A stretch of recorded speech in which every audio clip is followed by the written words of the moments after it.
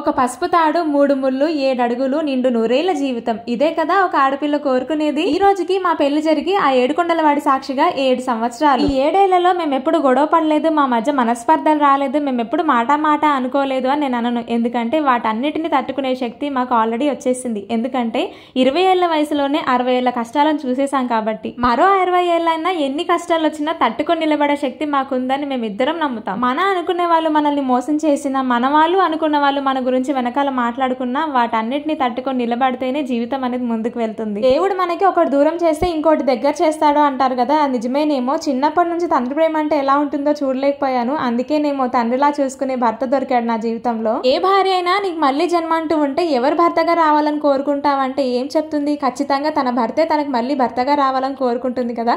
కానీ నేను మాత్రం నా భర్తకి నేను భార్యలా కాకుండా కూతురులా రావాలని కోరుకుంటున్నాను. జన్మలో పొందలేని తండ్రి ప్రేమని కనీసం మరో జన్మలైనా సరే ఈయనకు కూతురుగా పుట్టి మరి ఆ ప్రేమని రుచి చూడాలనుకుంటున్నాను. ఎందుకంటే ఈయన మా కూతుర్లను ఎంత బాగా చూసుకుంటాడో నాకు తెలుసు కాబట్టి. కొన్నిసార్లు అయితే ఈయన మీద కోపం వచ్చేస్తూ ఉంటుంది. ఎందుకంటే నేను ముందా వాళ్ళు ముందా, నా తర్వాతే వాళ్ళు వచ్చారు కదా, నాకంటే ఎక్కువగా పిల్లల్ని ఎక్కువగా ప్రేమగా చూసుకుంటావు. ఏ ఆడపిల్లకైనా ఆస్తిపాస్తులు ఉన్నా లేకపోయినా తన ప్రేమగా చూసుకునే భర్త దొరకడమే అదృష్టం కదా. మీరేమంటారు మరి?